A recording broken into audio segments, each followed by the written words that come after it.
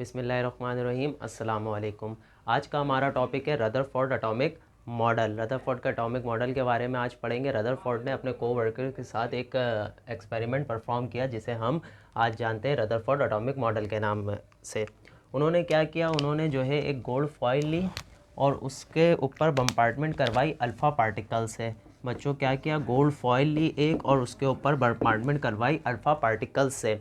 अब देखिएगा ज़रा, आपको एक केमिस्ट्री का बेसिक रूल पता होगा कि पॉजिटिव को रिपेल करता है। बच्चों एक जैसे साइन एक दूसरे को रिपेल करते हैं और दो अलग अलग साइन एक दूसरे को क्या करते हैं, अट्रैक्ट करते हैं। ये बात आप बच्चे बहुत अच्छी तरीके से जानते हो। अच्छा जी, तो अल्फ़ा पार्टिकल्स पे कौन सा चार्ज होता है बच्चों? अल्फ़ा पार्टिकल पे पॉजिटिव चार्ज होता है। अल्फ़ा पार्टिकल पे बच्चों पॉजिटिव चार्ज होता है। तो रदरफोर्ड साहब ने क्या किया, अल्फ़ा पार्टिकल लिए और एक गोल्ड फॉइल लिए और उस गोल्ड फॉइल के पीछे जो है एक स्क्रीन लगा दी कोटेड विथ जिंक सल्फाइड, जो कि कोट हुई हुई थी जिंक सल्फाइड से। अच्छा जी, ये जिंक सल्फाइड से क्यों कोट करें? इस वजह से इसको कोट किया गया कि जब ये अल्फ़ा पार्टिकल स्ट्राइक करें इस स्क्रीन को तो ये फ्लोरेंस प्रोड्यूस करे या फिर ग्लो प्रोड्यूस करे। अच्छा जी, तो अल्फ़ा पार्टिकल लिया, गोल्ड फॉइल ली और अल्फ़ा पार्टिकल की बम्पार्टमेंट करवा दी किस पे? गोल्ड फॉइल पे। जब उन्होंने अल्फ़ा पार्टिकल की बम्पार्टमेंट करवाई गोल्ड फॉइल पे तो उन्होंने ऑब्ज़र्व किया कि ज़्यादातर अल्फ़ा पार्टिकल बिल्कुल स्ट्रेट पास हो गए गोल्ड फॉइल से।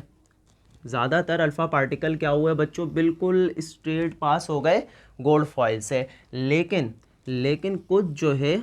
कुछ अल्फ़ा पार्टिकल डिफ्लेक्ट भी हो रहे थे एट सर्टेन एंगल। कुछ अल्फ़ा पार्टिकल जो है बच्चों डिफ्लेक्ट भी हो रहे थे एट सर्टेन एंगल। कुछ एंगल बना के कुछ अल्फ़ा पार्टिकल जो है डिफ्लेक्ट भी हो रहे थे।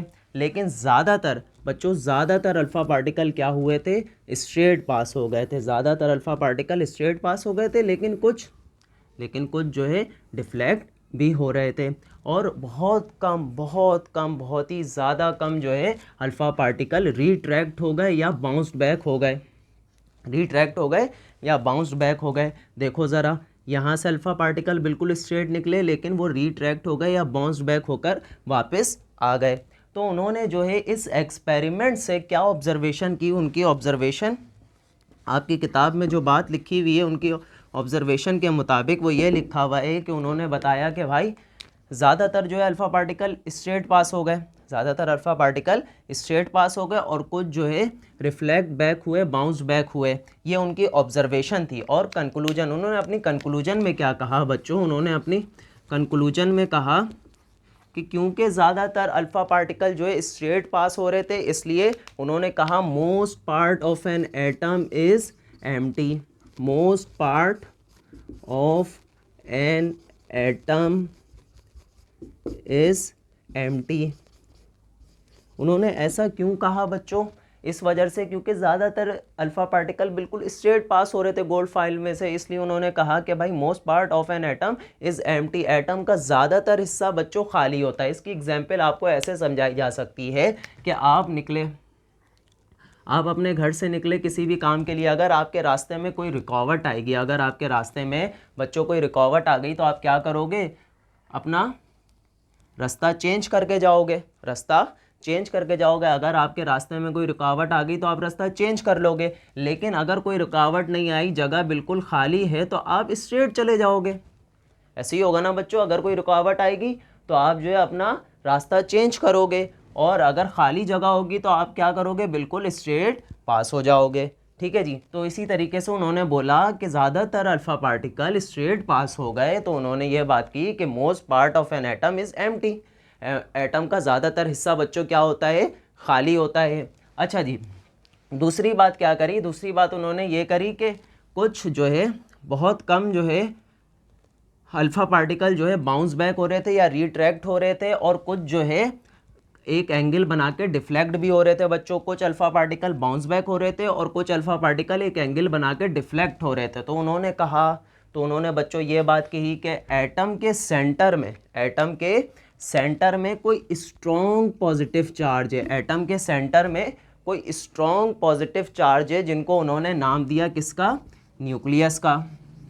उन्होंने कहा कि एटम के सेंटर में कोई स्ट्रॉन्ग पॉजिटिव चार्ज है जिसको उन्होंने नाम दिया बच्चों न्यूक्लियस का। इस न्यूक्लियस की वजह से ही ये अल्फ़ा पार्टिकल जो है रिट्रैक्ट हो रहे थे या फिर एंगल बना के डिफ्लेक्ट हो रहे थे इस न्यूक्लियस की वजह से, क्योंकि ये भी पॉजिटिव चार्ज रखता है न्यूक्लियस और अल्फ़ा पार्टिकल भी क्या है बच्चों, पॉजिटिव चार्ज रखते हैं। तो ये दोनों एक दूसरे को क्या कर रहे थे बच्चों, रिपेल कर रहे थे, एक दूसरे को अपने से दूर भेज रहे थे। इस वजह से जो है ये बाउंस बैक हो रहे हैं या फिर एंगल बना के डिफ्लेक्ट हो रहे हैं।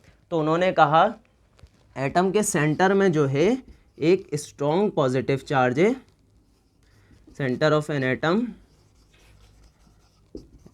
Strong charge, positive charge called nucleus. तो ये जो है उन्होंने कंक्लूजन बताई कि भाई ज़्यादातर हिस्सा एटम का क्या होता है, खाली होता है। एटम के सेंटर में एक स्ट्रॉन्ग पॉजिटिव चार्ज होता है जिसे हम कहते हैं न्यूक्लियस। और उन्होंने एक बात और बताई कि